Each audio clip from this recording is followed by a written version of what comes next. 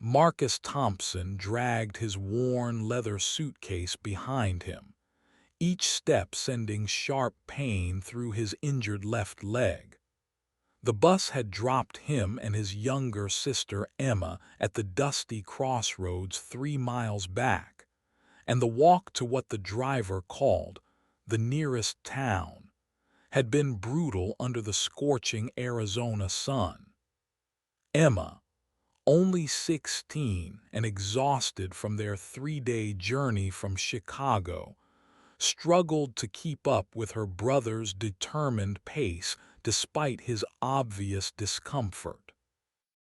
The town of Copper Ridge appeared like a mirage through the heat waves, its weathered buildings and sun-bleached signs telling the story of a place that had seen better days. Marcus had chosen this destination carefully after months of research, looking for somewhere far enough from their past troubles, yet close enough to civilization to start fresh.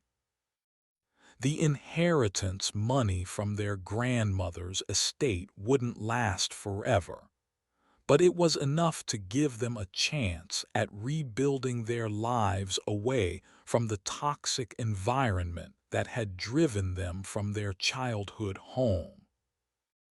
As they approached the main street, Marcus noticed the way locals watched them with curious but not unfriendly eyes. A few nodded politely, and an elderly woman sweeping her porch even offered a small wave. This was already better than the suspicious stares and whispered comments they'd grown accustomed to in their old neighborhood, where Marcus's reputation had been unfairly tarnished by circumstances beyond his control.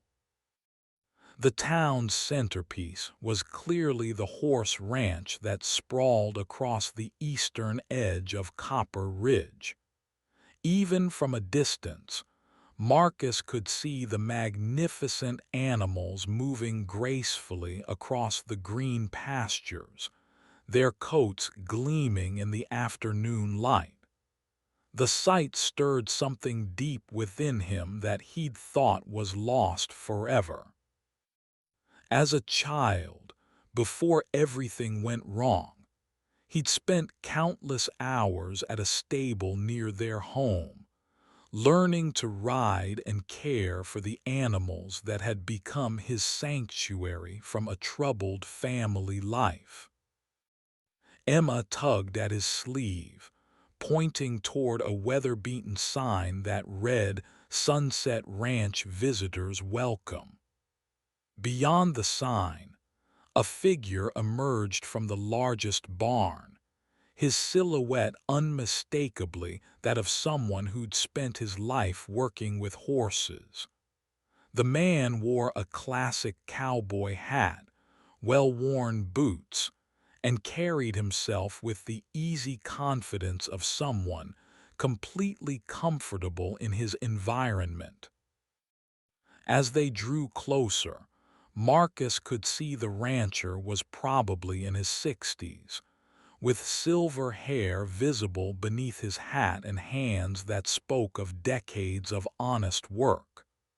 The man's eyes, sharp and intelligent, took in the siblings' obvious fatigue and the way Marcus favored his injured leg. There was no judgment in his gaze, only the kind of practical assessment that comes from years of reading both horses and people. The rancher approached them with measured steps, his expression neutral but not unwelcoming. Marcus straightened his shoulders despite the pain, determined to make a good first impression. This town represented their last chance for a fresh start, and he wouldn't let his pride or past mistakes sabotage their opportunity for redemption. "Afternoon," the rancher said simply, his voice carrying the authority of someone accustomed to being heard and respected. "You folks look like you've been traveling a while."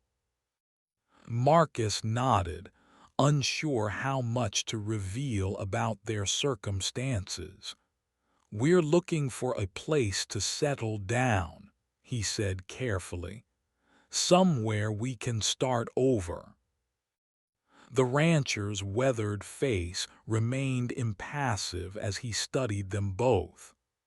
Emma shifted nervously beside her brother, clutching the small backpack that contained their most precious possessions.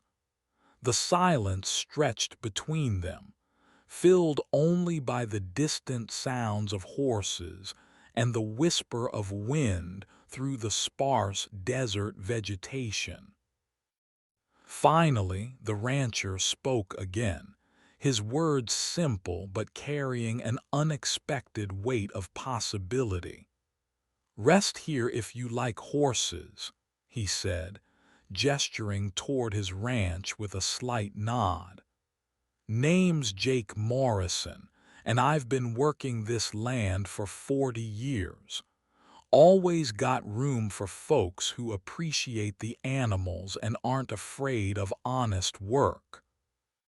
Marcus felt something shift in his chest, a spark of hope he'd been afraid to acknowledge.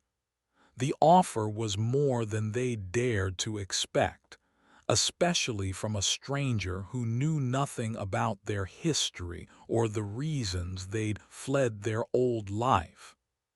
Emma's eyes widened with cautious excitement, and Marcus knew they were both thinking the same thing.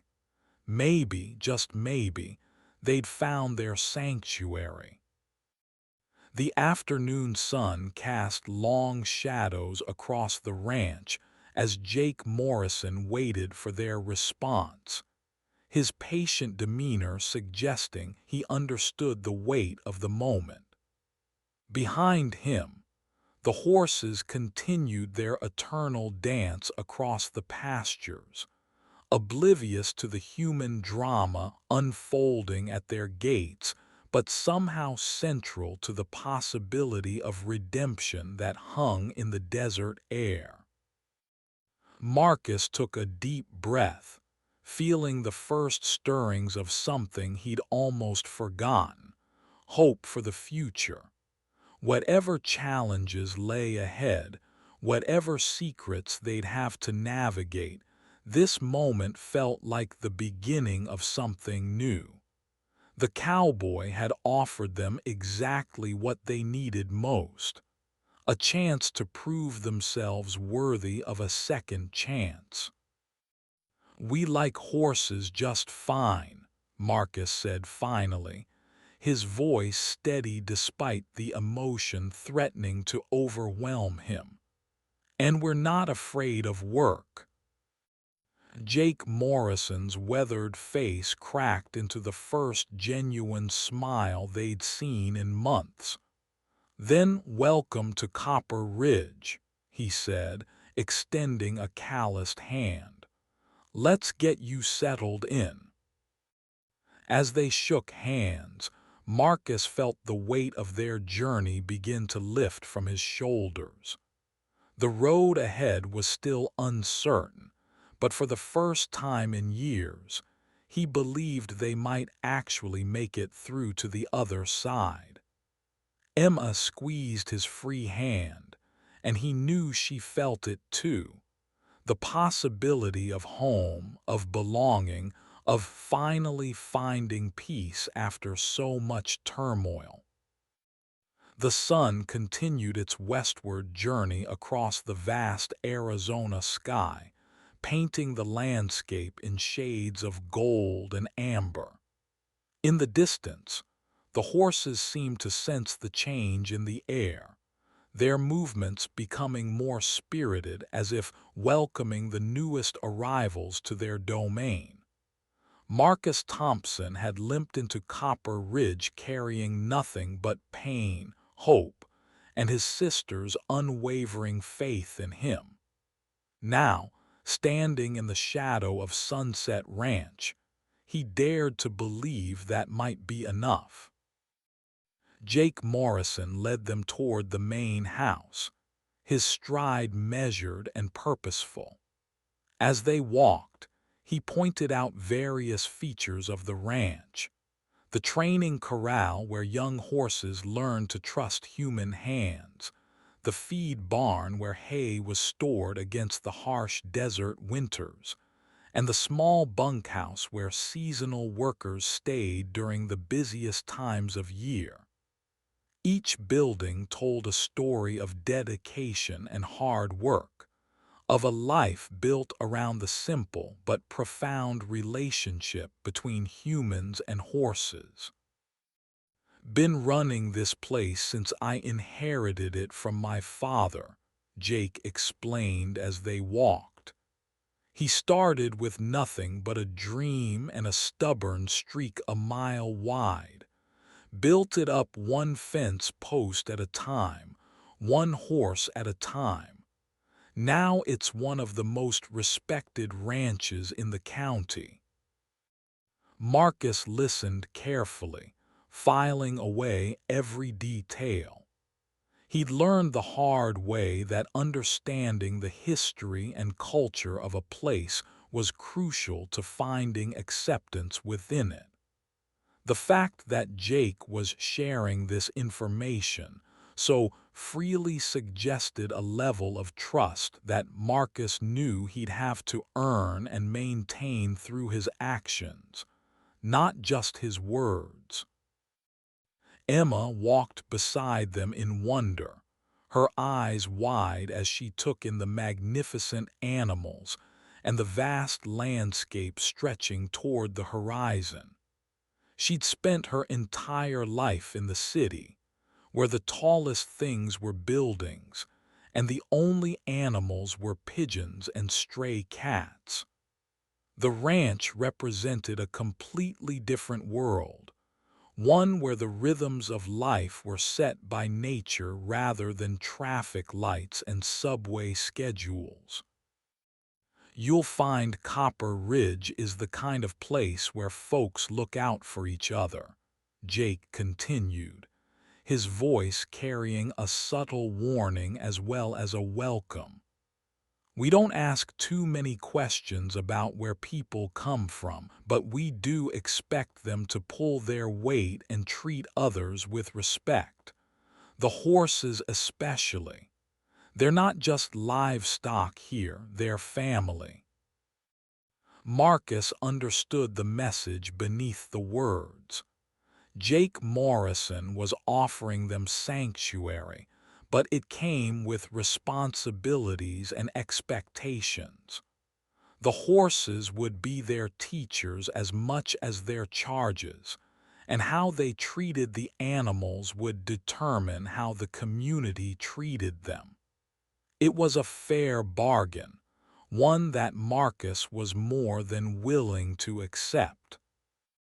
As they approached the main house, a screen door creaked open, and a woman emerged onto the porch. She was probably in her late 50s, with graying hair pulled back in a practical ponytail, and clothes that spoke of someone who worked alongside the men rather than waiting inside for them to return. Her eyes, the same sharp intelligence as Jake's, assessed the newcomers with professional interest. "This is my wife, Catherine," Jake said, the warmth in his voice unmistakable. "She runs the business side of things around here, keeps the books, and makes sure the horses get the best care possible. Catherine, these are our new neighbors, Marcus and Emma Thompson." Catherine Morrison stepped forward with a welcoming smile, but Marcus could see the careful evaluation in her expression. She'd clearly had experience with people seeking refuge at the ranch, and she'd learned to read the signs of those who would honor the opportunity versus those who would take advantage of it. "Welcome to Sunset Ranch," she said, her voice carrying the same measured warmth as her husband's. "Jake tells me you're looking for a fresh start. That's something we understand around here. Most of us ended up in Copper Ridge because we needed a second chance at something." The admission was both reassuring and slightly unsettling. Marcus wondered what stories the other residents carried, what circumstances had driven them to this remote corner of Arizona. But there was comfort in knowing they weren't the only ones seeking redemption in the desert landscape. "We're grateful for any opportunity you can offer," Marcus replied, his voice steady despite the exhaustion that was beginning to catch up with him.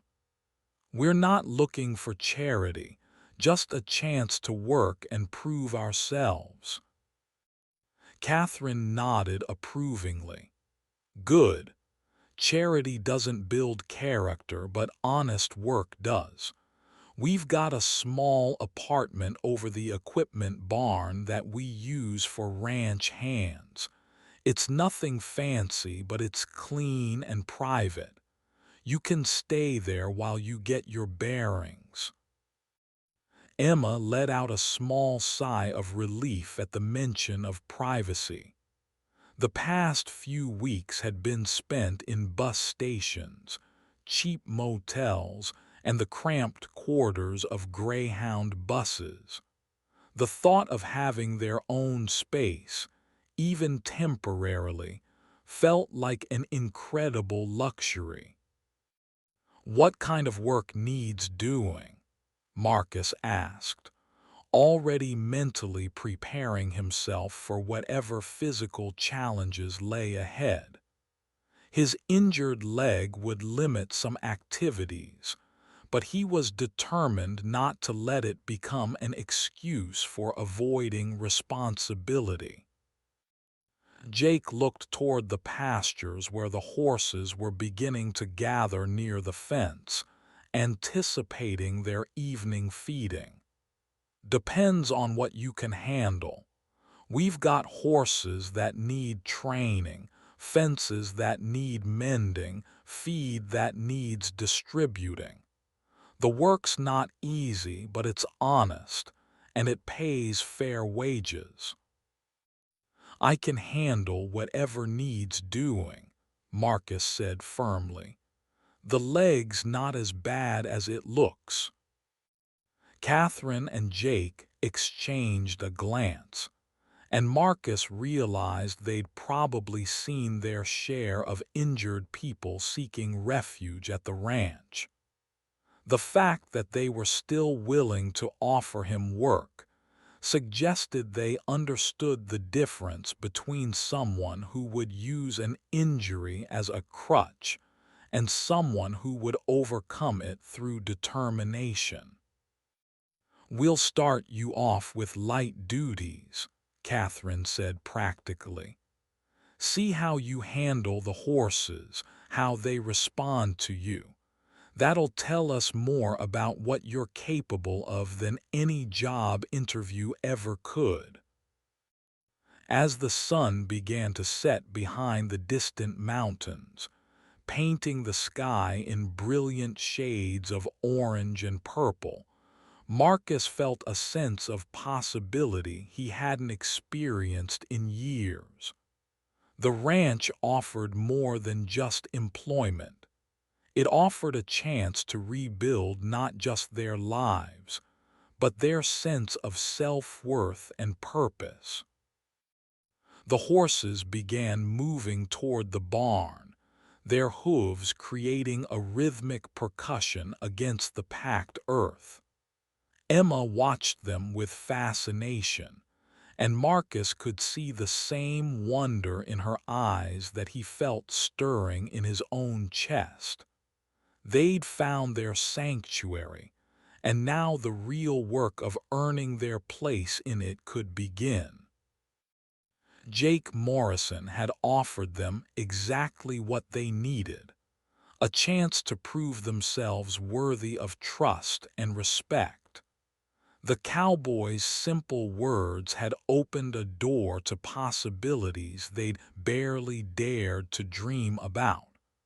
Now it was up to them to walk through it and make the most of the opportunity they'd been given. As they followed the Morrisons toward their new temporary home, Marcus felt the weight of their suitcase and the burden of their past begin to feel more manageable. The horses called to each other across the darkening landscape, their voices carrying promises of tomorrow's possibilities. For the first time in years, Marcus Thompson allowed himself to believe that tomorrow might actually be better than today. The small apartment above the equipment barn was simple but clean, with two narrow beds, a kitchenette, and a window that looked out over the main pasture. It wasn't much, but it was theirs, and that made all the difference. Emma immediately claimed the bed near the window, eager to fall asleep to the sounds of horses settling in for the night. Marcus stood at the window long after his sister had fallen asleep, watching the shadows move across the ranch and thinking about the journey that had brought them here. The mistakes, the betrayals, the moments of desperation when he'd wondered if they'd ever find peace again. Now, surrounded by the quiet strength of the desert and the gentle presence of the horses, he began to believe that healing was possible. The future stretched ahead of them, uncertain but no longer hopeless. Whatever challenges awaited them at Sunset Ranch, whatever tests they'd have to pass to earn their place in the community, Marcus was ready to face them. The cowboy had offered them sanctuary, and Marcus was determined to prove himself worthy of that trust. As the stars emerged in the vast Arizona sky, Marcus Thompson finally allowed himself to rest, knowing that tomorrow would bring the beginning of their new life. The horses whispered their ancient songs across the pastures, and for the first time in years, those songs sounded like lullabies of hope rather than reminders of everything they'd lost. The morning sun streamed through the small window, waking Marcus before his internal clock had fully adjusted to the desert schedule. Emma was still sleeping peacefully, her face relaxed in a way he hadn't seen since before their troubles began. He dressed quietly and made his way downstairs, eager to begin proving himself worthy of the Morrisons' trust. Jake was already in the main barn, moving among the horses with the easy familiarity of someone who'd been performing the same routine for decades. He looked up as Marcus approached, nodding approvingly at the early hour. "Figured you'd be up with the sun," Jake said, handing Marcus a pair of work gloves. "City folks usually take a few days to adjust to ranch time, but you've got the look of someone who's been working for his keep." Marcus accepted the gloves gratefully, noting the calluses on Jake's hands and the practical way he moved around the animals. "I've never worked with horses before, but I'm willing to learn." Best attitude you can have, Jake replied, leading him toward a magnificent chestnut mare. This is Bella. She's one of our gentlest horses, perfect for learning the basics. Horses can sense fear and uncertainty, but they also recognize genuine respect and kindness. As Marcus approached Bella, he felt a strange sense of connection with the animal. Her dark eyes seemed to assess him with the same careful evaluation he'd received from the Morrisons, and when she didn't shy away from his outstretched hand, he felt a small surge of accomplishment. "She likes you," Jake observed, genuine surprise in his voice. "That's unusual for someone who's never been around horses. Usually takes time to build that kind of trust." Over the next few hours, Jake taught Marcus the basics of horse care: grooming, feeding, cleaning stalls, and reading the subtle signs that indicated an animal's mood and health. Marcus absorbed every lesson with intense focus, determined to master each skill before moving on to the next. His injured leg ached from the unfamiliar movements, but he pushed through the discomfort, knowing that showing weakness now would undermine everything he was trying to build. Emma appeared around mid-morning, having helped Catherine with breakfast preparation in the main house. She looked more rested than she had in weeks, and Marcus could see the beginning of hope returning to her eyes. The ranch was working its magic on both of them, offering not just shelter but a sense of purpose they'd been missing. "Catherine's teaching me about the business side of the ranch," Emma said excitedly. "She says I have a good head for numbers and organization. Maybe I can help with the bookkeeping while I finish my education." Marcus felt a surge of pride at his sister's enthusiasm. Emma had always been the smarter one, the one with natural academic gifts that their old circumstances had prevented her from fully developing. The ranch represented a chance for both of them to become the people they were meant to be. As the days passed, Marcus threw himself into learning everything he could about horse care and ranch management. He discovered that his natural empathy and patience made him particularly good at working with the more difficult animals, the ones who'd been mistreated or were naturally skittish. Jake and Catherine began trusting him with increasingly important responsibilities, and Marcus felt his confidence growing with each successful interaction. The other ranch hands, a small crew of experienced cowboys who'd worked for the Morrisons for years, initially treated Marcus with polite skepticism. They'd seen too many city people come and go, unable to handle the physical demands and isolation of ranch life.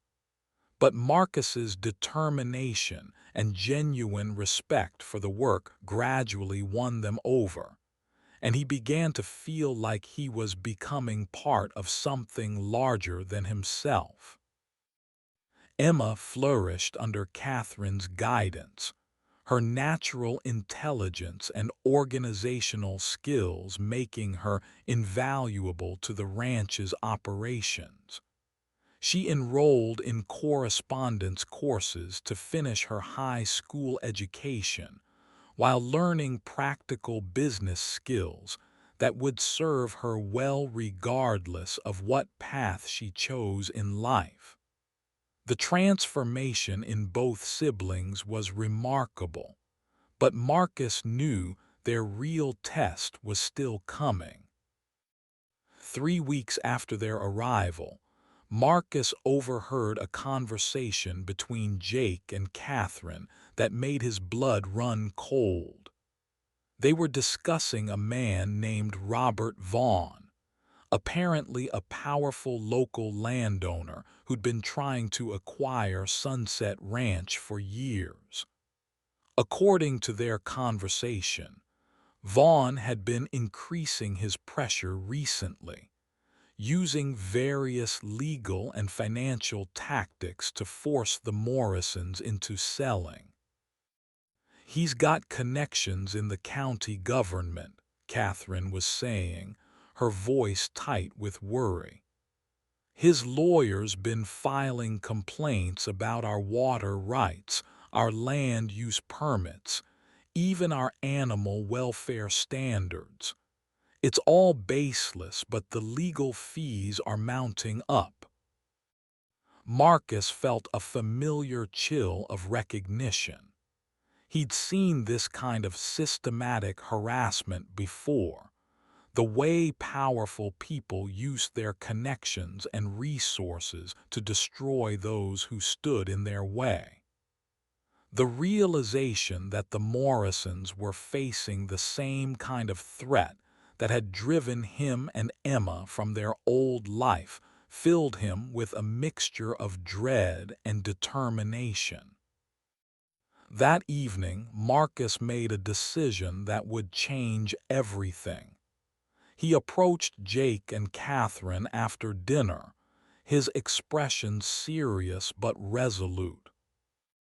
"I need to tell you something about why Emma and I came here," he said, his voice steady despite the racing of his heart.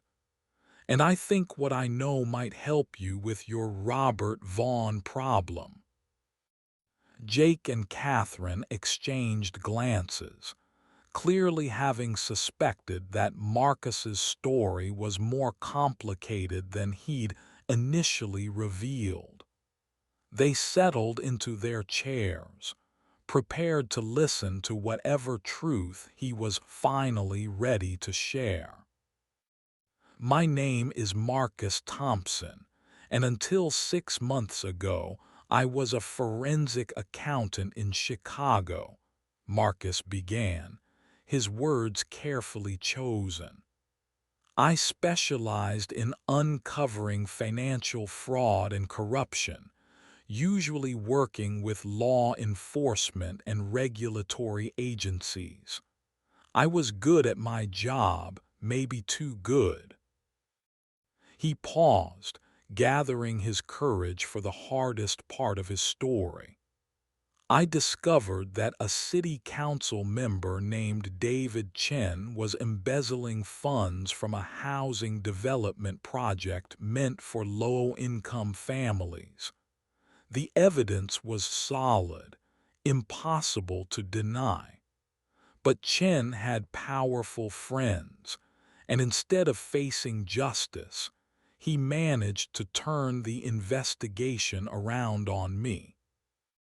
Catherine leaned forward, her expression intent. "What happened?" "They accused me of falsifying evidence, of being the one who was actually embezzling the money. Chen's connections in the police department and the district attorney's office made sure the charges stuck, even though they were completely fabricated.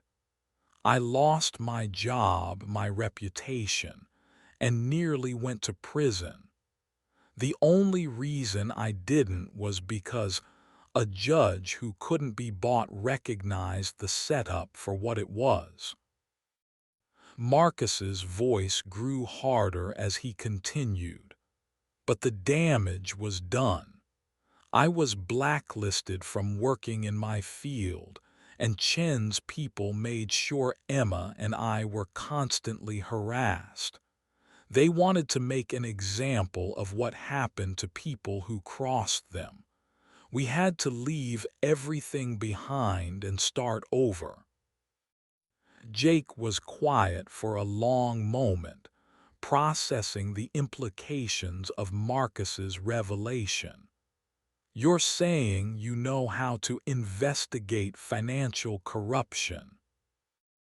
I'm saying I know how men like Robert Vaughn operate, Marcus replied. They use their money and connections to manipulate the system, to make legal problems appear and disappear based on their needs. But they usually leave traces, patterns of behavior that can be exposed if you know where to look. Catherine's eyes lit up with understanding. You're offering to investigate Vaughn.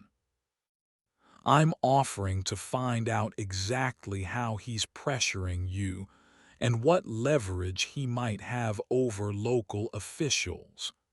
Men like that are never as untouchable as they appear. There's always something they're hiding, some weakness that can be exploited. The offer hung in the air between them, heavy with possibility and risk. Marcus knew he was proposing to put himself and Emma in danger again, but the Morrisons had given them sanctuary when they needed it most. The least he could do was use his skills to help them fight back against the same kind of corruption that had destroyed his own life. It's dangerous, Jake said finally. If Vaughn is as connected as we think, going after him could bring down more trouble than you can imagine. Marcus nodded grimly. I know, but I also know that running away doesn't solve the problem. It just moves it somewhere else. Maybe it's time to stop running and start fighting back. Emma appeared in the doorway, having heard enough of the conversation to understand its significance. We're in this together, she said firmly. Whatever Marcus decides, I support him. The Morrisons have been good to us, and we owe them our loyalty. Catherine stood up, her decision made. Then let's do this properly. If we're going to investigate Robert Vaughn, we need to be smart about it. We'll need evidence, documentation, and a plan for how to use whatever we find. Marcus felt a familiar surge of excitement, the same feeling he'd always gotten when beginning a complex investigation. For the first time since his life had been destroyed in Chicago, he was going to use his skills for something that mattered, something that could make a real difference. I'll need access to public records, county documents, anything that shows Vaughn's business dealings over the past few years, Marcus said, already mentally organizing his approach. And I'll need to be careful not to tip him off that we're looking into his activities. Jake smiled grimly. You'll have whatever you need. It's about time someone stood up to that man. As they began planning their investigation, Marcus felt the weight of purpose settling on his shoulders. The cowboy had offered them sanctuary, but now it was time to prove they were worthy of that trust. The horses called to each other across the darkening ranch, and Marcus heard in their voices the same determination that was building in his own chest. The fight for Sunset Ranch was just beginning, but Marcus Thompson was no longer running from his past.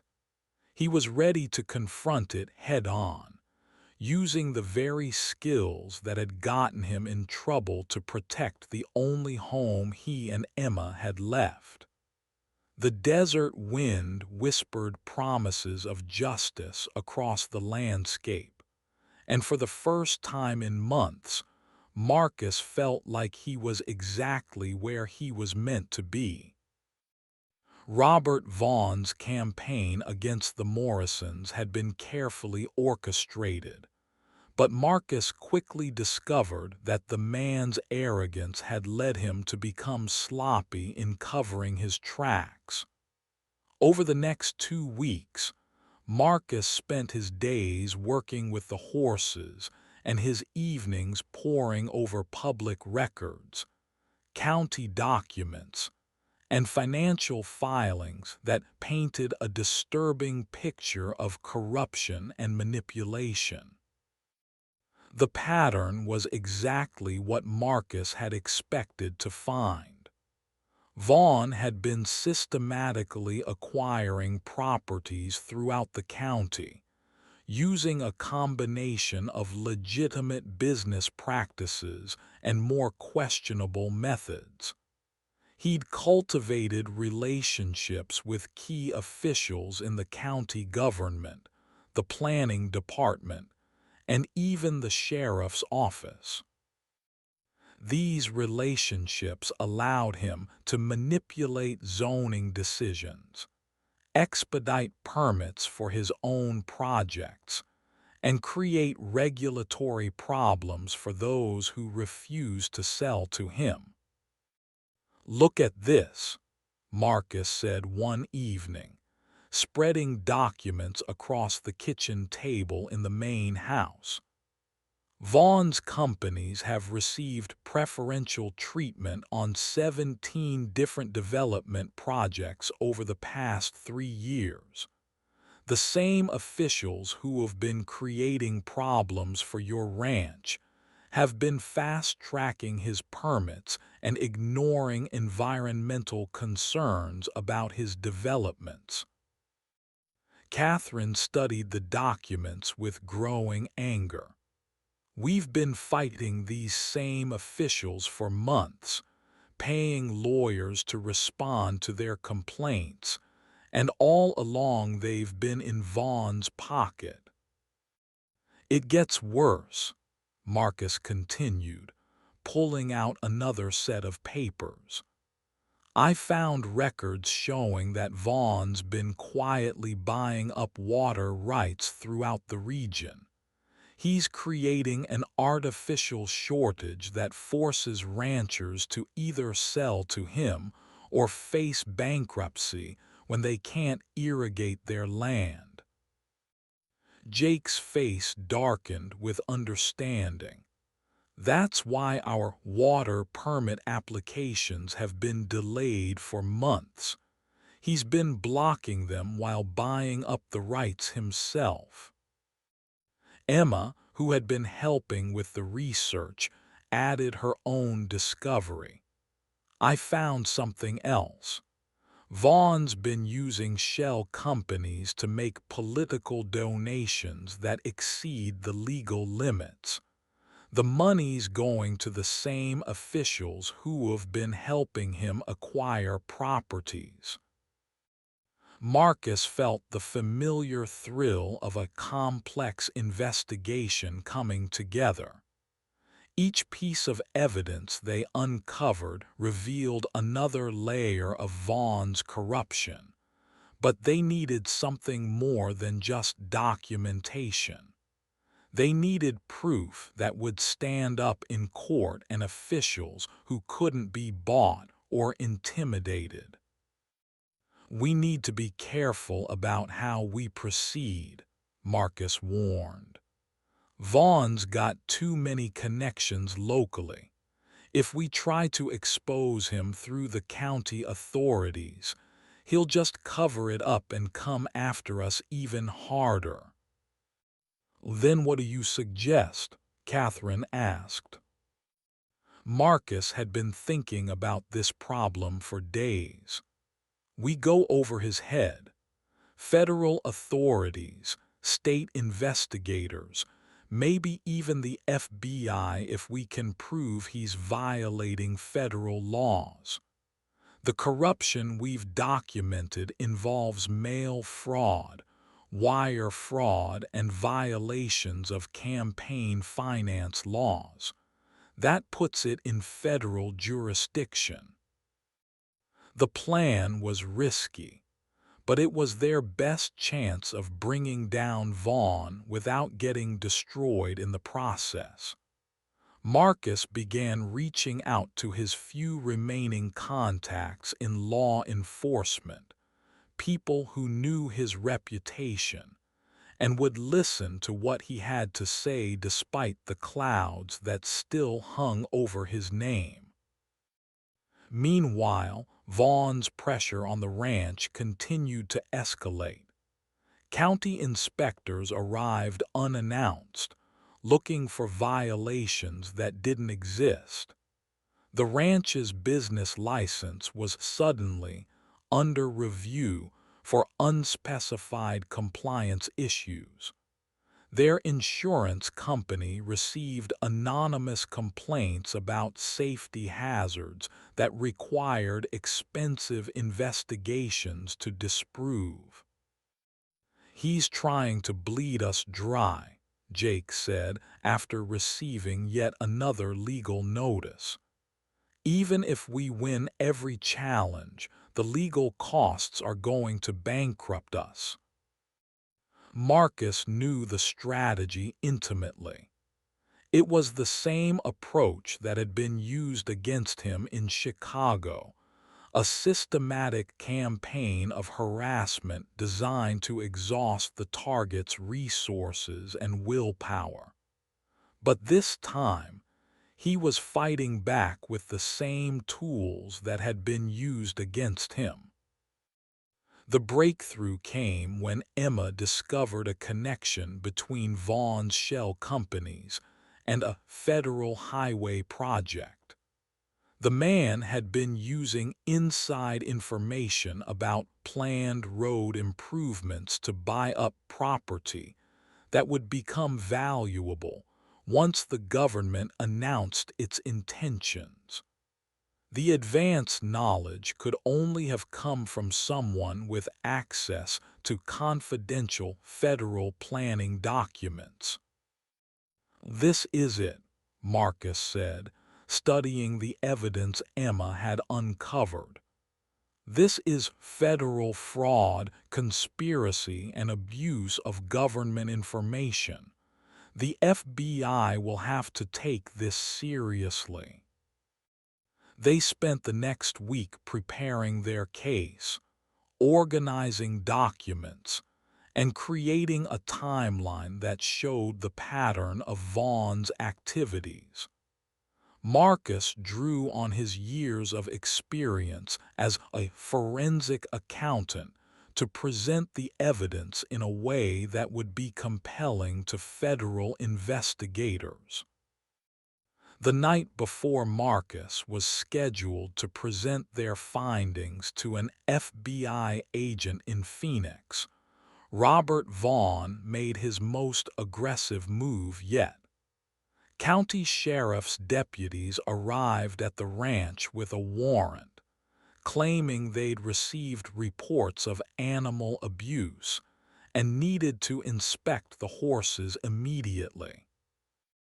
Marcus watched from the barn as the deputies, clearly uncomfortable with their assignment, went through the motions of inspecting animals that were obviously well cared for.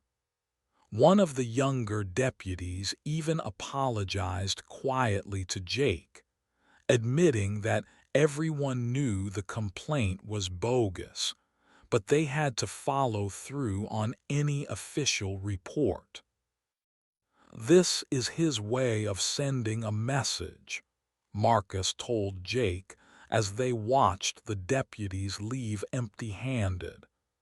"He knows we're investigating him, and he's trying to intimidate us into backing down." Jake's jaw was tight with controlled anger. He picked the wrong people to intimidate.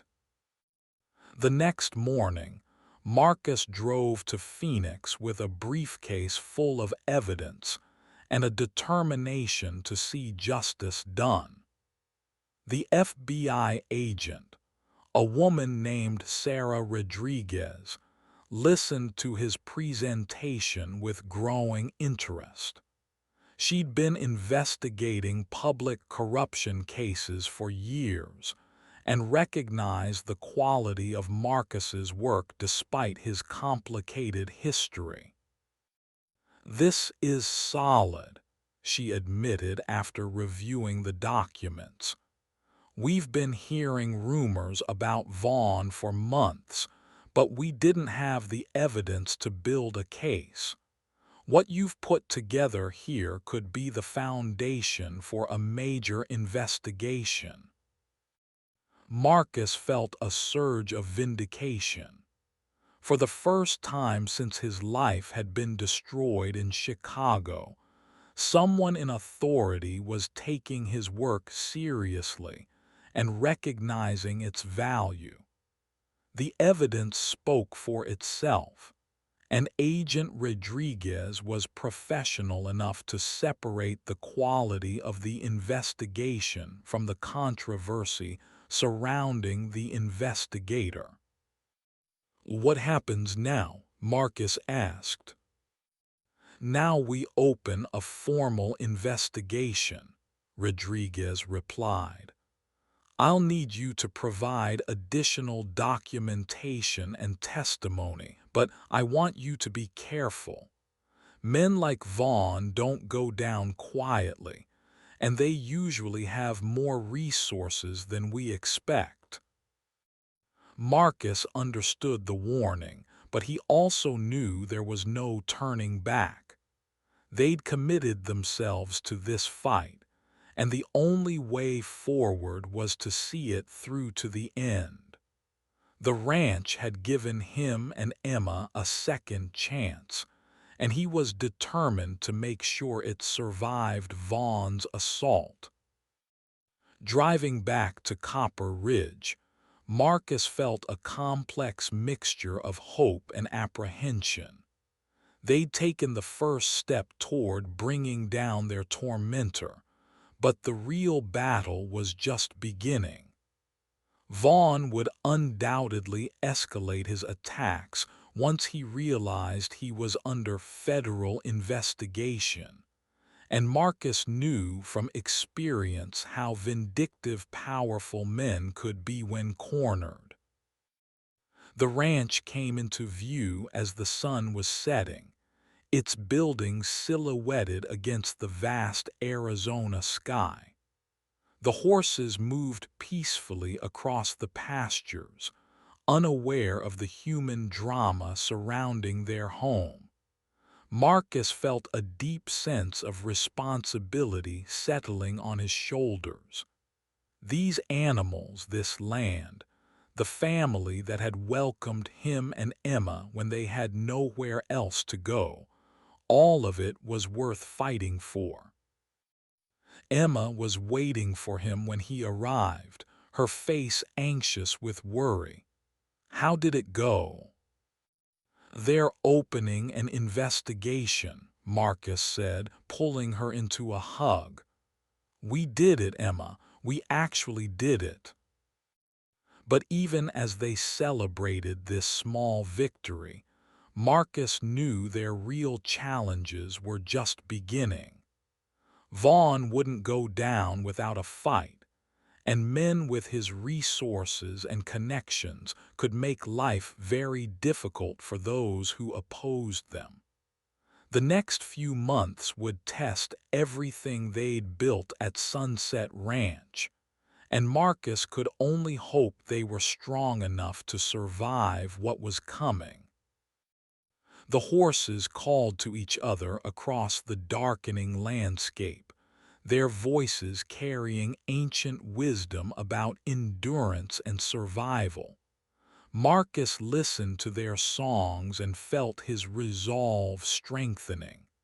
Whatever Robert Vaughn threw at them, they would face it together.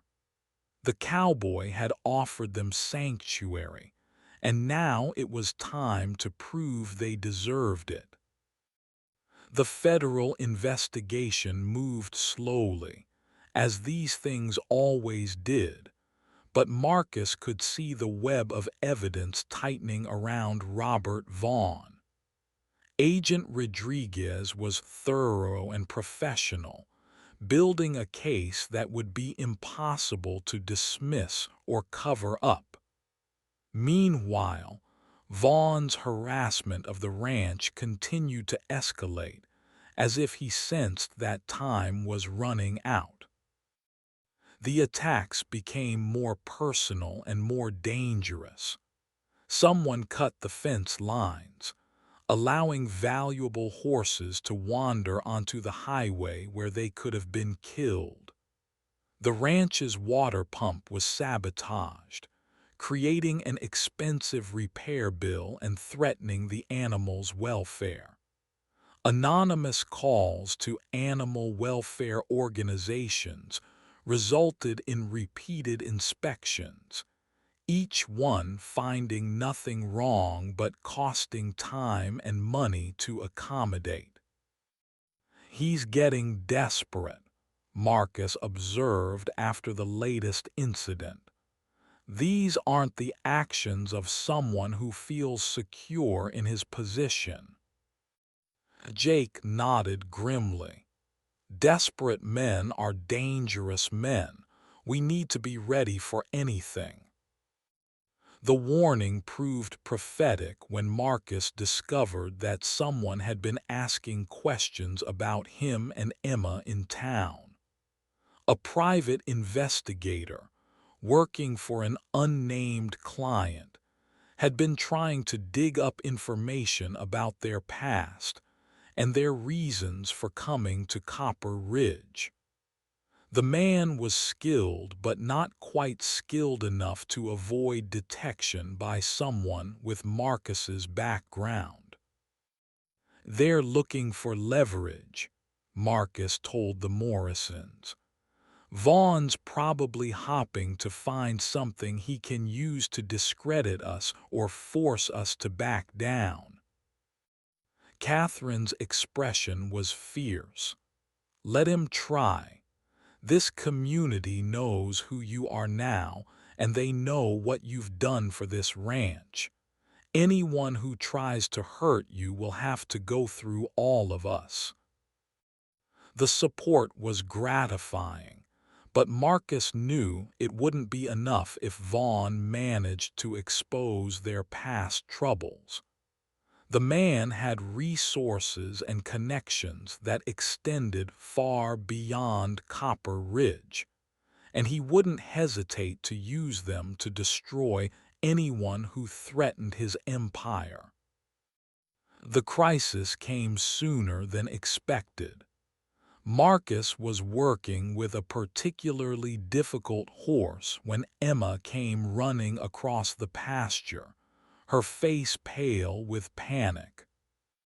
"Marcus, you need to come to the house right now," she said breathlessly. "There's a man here from Chicago, and he's asking about David Chen." Marcus felt his blood turn to ice.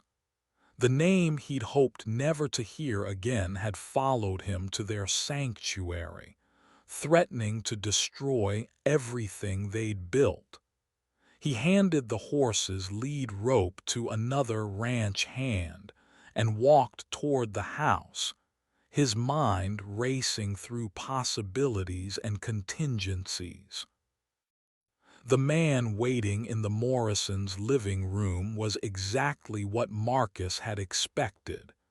Expensive suit, cold eyes, and the kind of confident arrogance that came from representing powerful people. He introduced himself as Thomas Bradley, attorney for David Chen, and his presence at the ranch could only mean one thing.